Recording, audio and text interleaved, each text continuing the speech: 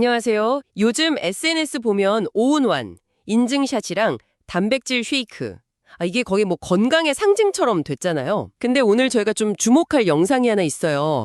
명쾌 한방 찬울 영상인데 이게 좀 다른 얘기를 하더라고요. 어떤 내용인데요? 그러니까 근육 키우려고 막 노력하는데 특히 단백질 보충제 이걸 잘못 먹으면 예상치 못하게 신장에 부담 줄 수 있다 뭐 이런 경고예요. 그 신장 문제요? 네네. 네, 그래서 오늘 이 영상 내용을 좀 보면서 단백질 섭취 방식이랑 신장 건강, 이 관계를 좀 자세히 파헤쳐 보려고 합니다.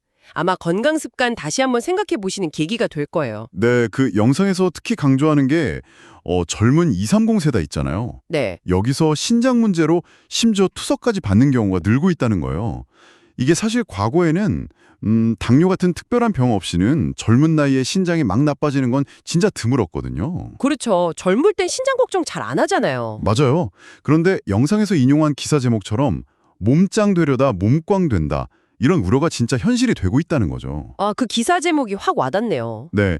그리고 뭐 2030 투석 환자 중에 62%가 남자다 이런 통계도 있는데 사실 병원 잘 안 가려는 젊은 분들 생각하면 실제로는 더 많을 수도 있다 뭐 이렇게 지적하더라고요. 아니, 건강해지려고 운동하는 건데 오히려 신장 투석이라니?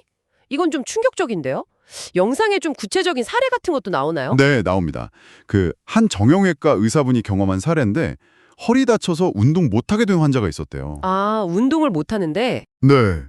근데 근육은 유지하고 싶으니까 운동 없이 단백질 쉐이크만 계속 마신 거예요. 그러다 신장이 망가졌다는 거죠. 운동도 안 하고 단백질만 먹었는데도요? 그렇다니까요.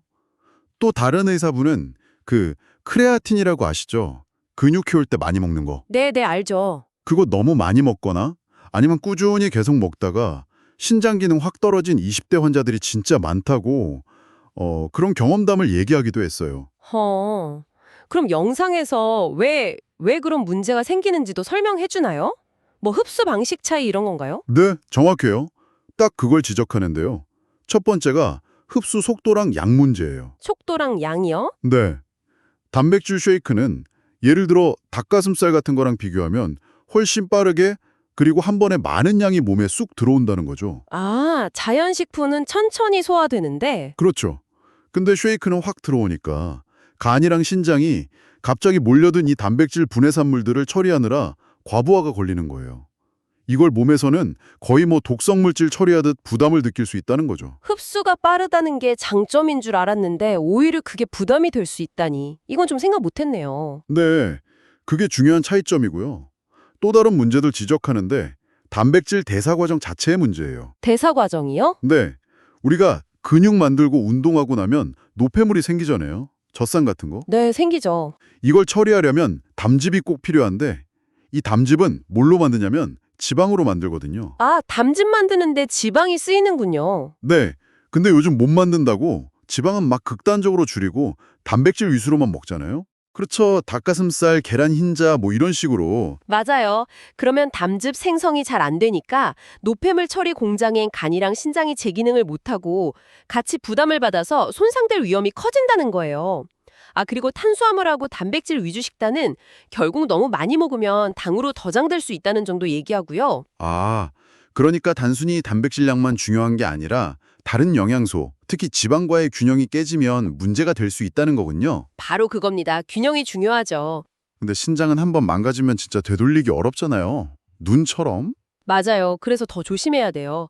신장 기능은 남아있는 걸 잘 지키는 게 최선이거든요. 만약에 병원에서 신장 기능이 조금이라도 안 좋다 이런 얘기를 들었다면 몸에 너무 무리가 가는 격렬한 운동이나 영양 과잉 섭취, 특히 막 보충제 챙겨 먹는 거 이런 건 피하는 게 좋다고 조언해요. 일단 좀 조심해야겠군요. 네. 그리고 전문가가 옆에서 딱 관리해주는 거 아니면 개인이 그냥 막 크레아틴 같은 거 사서 먹는 거 이것도 진짜 조심해야 한다고 경고하고요. 세계적인 운동선수들도 심장이라 신장 문제 생기는 경우들이 있다면서요? 헉, 선수들도요? 그럼 어떻게 하는 게 좋을까요? 운동은 가볍게 시작하고 식사는 그냥 일반식으로 골고루 먹되 혈당 확 올리는 설탕이나 흰빵 같은 정제 탄수화물은 좀 줄이고요. 네. 대신에 좋은 지방, 뭐 견과류나 올리브유 같은 거 있잖아요. 그런 건강한 지방 섭취는 적절히 늘려서 영양 균형을 맞추는 게 중요하다. 이렇게 제안하더라고요. 네, 요즘 유행하는 여러 피트니스 방법들 속에서 나에게 정말로 건강한 접근법은 뭘까 하고 고민해 보시는 좋은 계기가 될 거라고 생각합니다.